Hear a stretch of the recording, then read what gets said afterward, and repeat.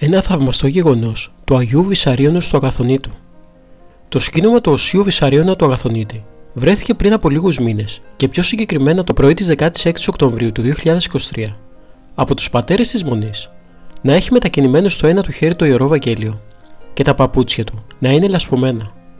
Εκείνες τις ημέρες ήταν η περίοδος με τις μεγάλες πλημμύρες και καταστροφές στη χώρα μας και ίσως μεταφέρθηκε σε κάποια από τις πλημμυρισμένες περιοχές της Θεσσαλίας να σκορπίσει ελπίδα και να βοηθήσει τους ανθρώπους.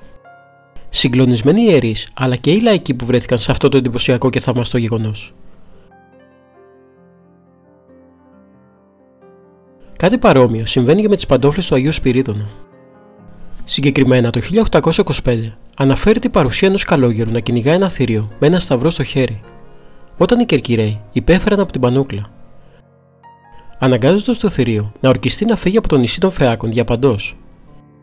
Εκείνος ο καλόγερος πιστεύεται ότι ήταν ο Άγιος Σπυρίδων. Πολλοί επίσης υποστηρίζουν ότι ο Άγιος Σπυρίδωνας είναι βοηθός του Άη Νικόλα σε θάλασσες και στεριές και βοηθάει όσους κινδυνεύουν, είτε στα ανοιχτά πέλαγα είτε στη στεριά. Γι' αυτό και κάθε τόσο οι κάτοικοι της Κέρκυρας αλλάζουν τις παντόφλες στο λείψανο του Αγίου, αφού φθείρονται ενώ εκείνος γυρίζει για να βοηθήσει όσους τον επικαλεστούν. Κάτι παρόμοιο έγινε και με τον Άγιο Ιωάννη το Ρώσο. Ο Άγιος Ιωάννης ο Ρώσος ζητάει από μόνος του να του αλλάξουμε τα άμφια. Τότε μπορούμε να ανοίξουμε και τη λάρνακα. Η λάρνακα δεν ανοίγει όποτε εμείς θελήσουμε, αλλά μόνο όταν το θελήσει και το αποφασίσει ο Άγιος Ιωάννης ο Ρώσος. Πώς ειδοποιεί όμως για την αλλαγή των αμφίων του ο Άγιος?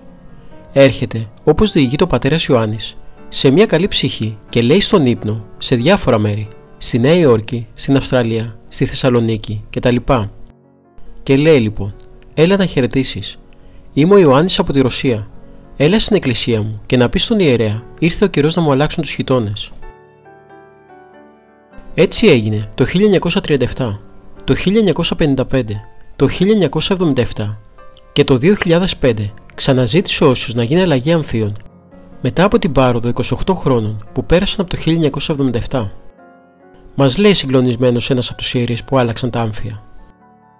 Όταν το 1977 ανοίξαμε και είδαμε το μαξιλάρι, όλο καθαρό ήταν.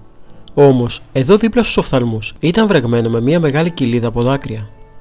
Είδαμε όλη την κεφαλή του Αγίου να κινείται και ο Σεβασμιότατος και οι ιερείς. Συγκλονιστικό.